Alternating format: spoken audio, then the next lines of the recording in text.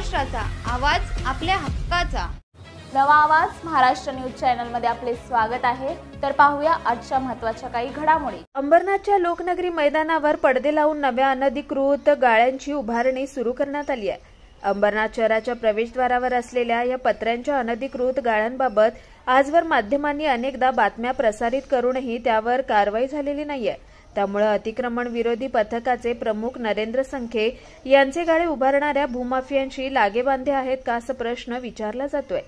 अंबरनाथच्या लोकनगरी SR pump परिसरात एका खाजगी लिटिगेशनच्या जागेवर पत्र्याचे अनधिकृत गाळे बांधण्यात आले असून त्यात वॉशिंग सेंटर, हॉटेल, ढाबे सुरू करण्यात आले आहेत।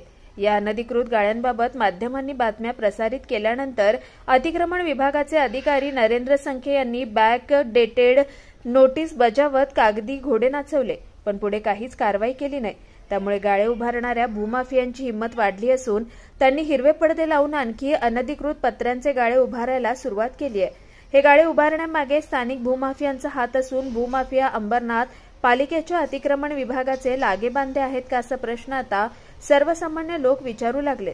त्यामुळे या गाळ्यांवर आता कारवाई कधी होते हे पाहावं लागणार आहे। इस बड़े डिजिटल दुनिया में हर बिजनेस की एक कहानी है जो सुनाई जानी बाकी है।